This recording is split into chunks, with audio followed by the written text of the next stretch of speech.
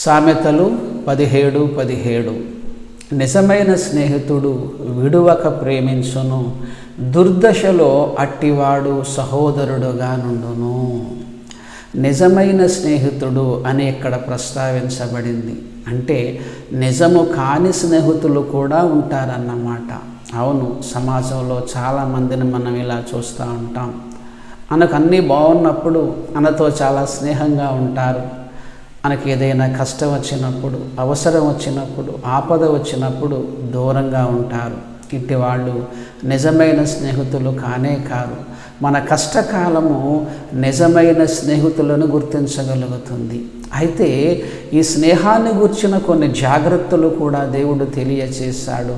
మీకా గ్రంథము 7వ అధ్యాయము 5వ వచనము, స్నేహితుని యందు నమ్మిక ఉంచవద్దు, ముఖ్య స్నేహితుని నమ్ముకొనవద్దు.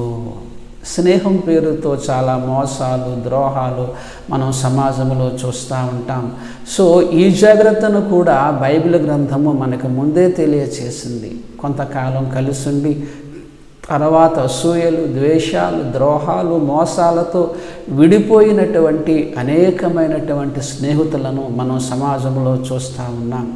అయితే సోదరిమణులారా, ఒక మంచి స్నేహితుణ్ణి మీ అందరికీ పరిచయం చేయాలని ఆశపడుతూ ఉన్నాను. ఆయన ప్రభువైన యేసుక్రీస్తు. ఇక్కడ ఒక వ్రాయబడిన ఒక మాట బైబిల్ గ్రంథములో యోహాను సువార్త 15:13లో, తన స్నేహితుల కొరకు తన ప్రాణము పెట్టువాని కంటే ఎక్కువైన ప్రేమ గలవాడెవడు. ఎంత మంచి మాట! ఇది ప్రభువైన యేసుక్రీస్తు కొరకు వ్రాయబడినటువంటి మాట. ఆయన మానవుల కొరకు తన రక్తాన్ని చిందించాడు, తన ప్రాణం పెట్టాడు. ప్రాణం పెట్టేవాడి కన్నా గొప్ప స్నేహితుడు ఉంటాడా? కాబట్టి ప్రియులారా, యేసు ప్రభువుతో స్నేహం చేయండి, ఆయన వాక్యాన్ని చదవండి, ఆయనకు ప్రార్థించండి, ఆయనతో స్నేహ సహవాసాన్ని కొనసాగించండి. ఆయన వలన మేలులు పొందుకోండి.